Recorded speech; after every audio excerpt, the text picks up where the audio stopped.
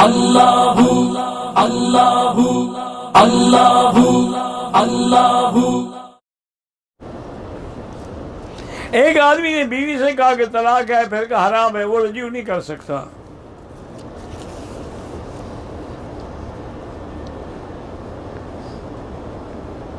کہتے ہیں کہ اگر کوئی آدمی اپنی بیوی کو میک اپ میں دیکھنا، ناجائز میک اپ تو حرام ہے، جائز میک اپ میں دیکھے تو اچھی بات ہے۔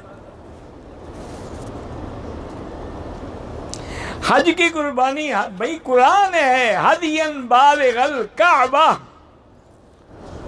حد حرم کے باہر ہوگی نہیں۔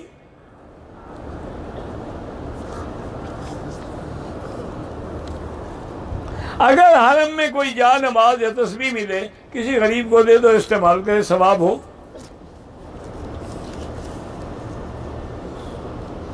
کہتے تھی کہ آج کل ایک تو رش بڑا ہے، اور یہاں جو انتظام کرنے والے ہیں وہ بڑا سخت رویہ اختیار ہے۔ تم جو بات نہیں مانتے تو سخت رویہ اختیار نہ کریں تو کیا کریں گے؟ تم بھی تو جہاں کھڑے ہوتے ہو مجال ہے ستون کی طرح ہلیں نہیں۔ راستے میں کھڑے ہیں تو کھڑے ہیں، بھائی راستہ ہے، طریق راستہ نہیں، کھڑے۔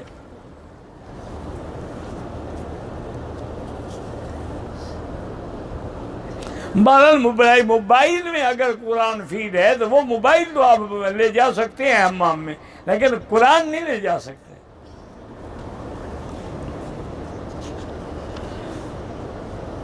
بہرحال ہم احرام میں ہوتے ہیں، طواف میں غیر محرم عورتوں پر نظر پڑتی ہے، بچنے کی کوشش کریں۔ اللہ کا حکم ہے کہ کل المؤمنین یغضوا من ابصارہم، اپنی نظروں کو نیچے رکھیں، دبا کے رکھیں۔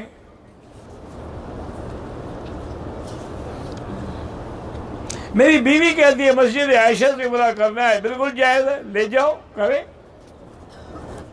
ذی الحجہ کے 10 روزے بھی رکھنا چاہے رکھ سکتے ہیں، لیکن سب سے افضل روزہ جو ہے 9 کا ہے، لیکن وہ حاجیوں کو رکھنا منع ہے کہ حضور نے حج کے دوران روزہ نہیں رکھا۔ اگر عرفات کے دن کا روزہ جو ہے وہ ہم انڈیا یا پاکستان، جو وہاں 9 تاریخ ہوگی اس کو رکھیں گے، سعودی عرب کی تاریخ کے مطابق نہیں رکھیں گے۔ سعودی عرب کی تاریخ کے مطابق آپ نماز پڑھیں گے؟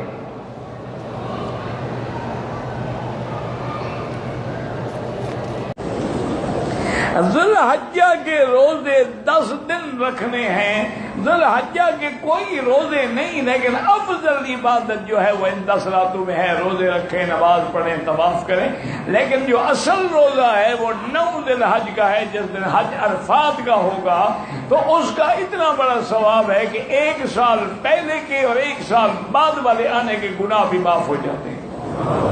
لیکن یاد رکھیں کہ 9 ذی الحج کا روزہ صرف وہ لوگ رکھیں جو حج پہ نہ جائیں۔ جو حج پہ جائیں ان کے لیے سنت یہ ہے کہ روزہ نہیں رکھنا، کہ حضور پاک نے روزہ نہیں رکھا۔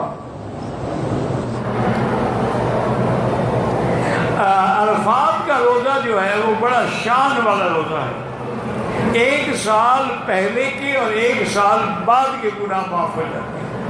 لیکن جو حج کرنے جائے وہ روزہ نہ رکھے، جو حج نہ کرے وہ روزہ رکھے۔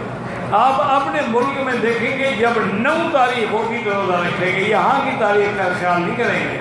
نماز وہاں آپ وہاں کے وقت کے مطابق پڑھتے ہیں کہ یہاں کے وقت کے مطابق پڑھتے ہیں؟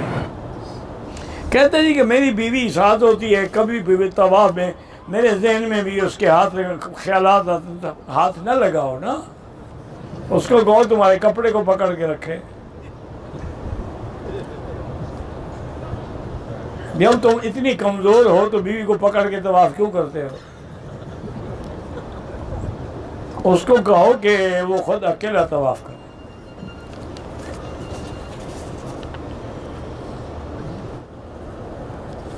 اہل محلہ کو اکٹھا کر کے تلاوت کرانا، نعت خوانی کرانا، سب بدعات ہیں۔ خود پڑھو قرآن گھر میں، تمہاری آنکھیں نہیں ہیں، سارے گھر والے بیٹھ جاؤ پڑھتے رہو۔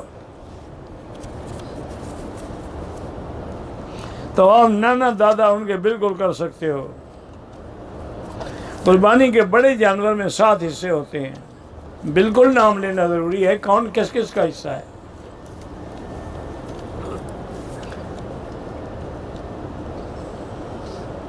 کہتے ہیں کہ جی بعض لوگ کہتے ہیں کہ رفع یدین نہ کرنے کی حدیثیں صحیح ہوتی تو سیاستہ میں نہ ہوتی، ساری سیاستہ بھری ہوئی ہے۔ کوئی حدیث کی کتاب کھول لیں، ترمذی شریف کھول لیں، نسائی کھول لیں، کوئی کھول، اور ہم تو ان جھگڑے والے مسئلوں میں نہیں پڑھتے، لیکن تمہیں میرے خیال میں حدیث کا شوق تو ہے لیکن سمجھ نہیں ہے۔ ایک بات یاد رکھو، ہمیشہ امام ترمذی نے دو باب باندھے ہیں، رفع یدین کرنے کا اور نہ کرنے کا۔ کرنے کا پہلے باندھا ہے اور نہ کرنے کا بعد میں باندھے، مانا ہے کہ پہلا ختم ہے۔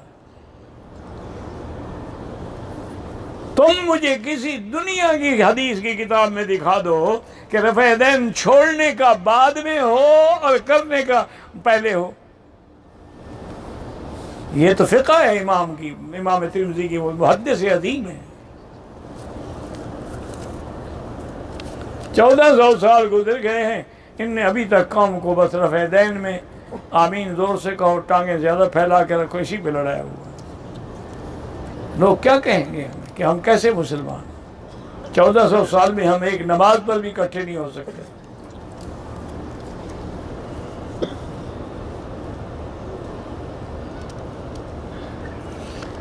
ہم بھی کہتے ہیں اور حدیث حق پہ ہیں، لیکن حدیث سمجھ کے عمل کریں تو خود اپنے عقل سے نہ حدیث سمجھیں، کسی عالم سے جا کے حدیث سمجھیں۔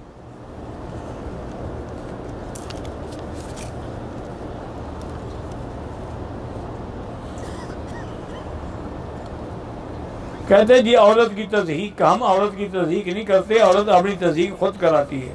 ایسے سوال کیوں پوچھتی ہے؟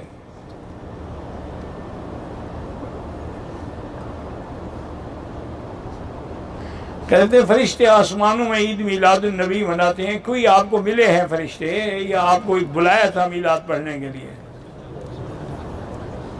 اب اس جھوٹ کا کیا علاج ہے؟ پھر کہتے ہیں تضحیق کرتے ہیں۔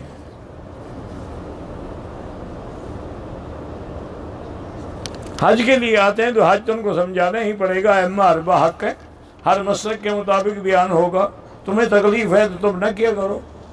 میں مزاروں پہ جاتا ہوں، سجدہ بھی نہیں کرتا، چومتا بھی نہیں ہوں، کیا کرنے جاتے ہو؟ تمہارے اپنے شہر میں قبرستان نہیں ہے، وہاں کیوں نہیں جاتے؟ مزاروں پہ آخر کیوں جاتے؟ کوئی مرض اٹکی ہوئی تو ہے نا بھائی، ہر شہر میں قبرستان ہے، وہ مزاریں نہیں ہیں، وہ مسلمانوں کی قبریں نہیں ہیں، وہاں جاؤ، ان کے لیے دعا کرو۔ حضور نے فرمایا زوروا، قبروں کی زیارت کرو، تذکرکم الآخرہ، تاکہ تمہیں آخرت کی یاد آئے۔ صفا مروہ اب آج کل مسجد کے اندر ہے، طواف کے دوران تھک گئے بیٹھ کے آرام کر سکتے ہیں۔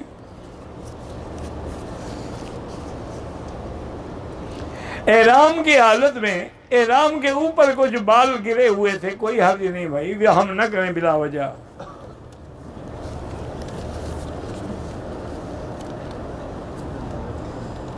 میرے دفتر میں ہندو بھی ہیں، عیسائی بھی ہیں، وہ سلام کرتے ہیں، ان کو سلام تو نہ کہیں، آداب کہتے ہیں، آداب عرض ہے۔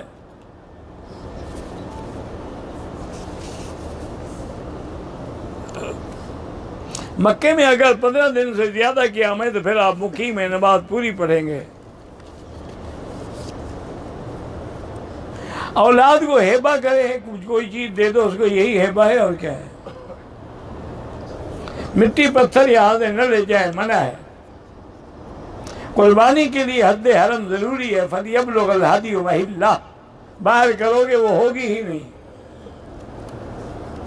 آخری تعمیر خانہ کعبہ کی جو ہے عبداللہ ابن زبیر نے کی تھی، اس کے بعد کچھ حجاج کے دور میں پھر وہ شہید ہوا، پھر تعمیر ہوئی، اب جو ہے تقریباً اس کو الحمدللہ حکومت سعودیہ نے کیا ہے۔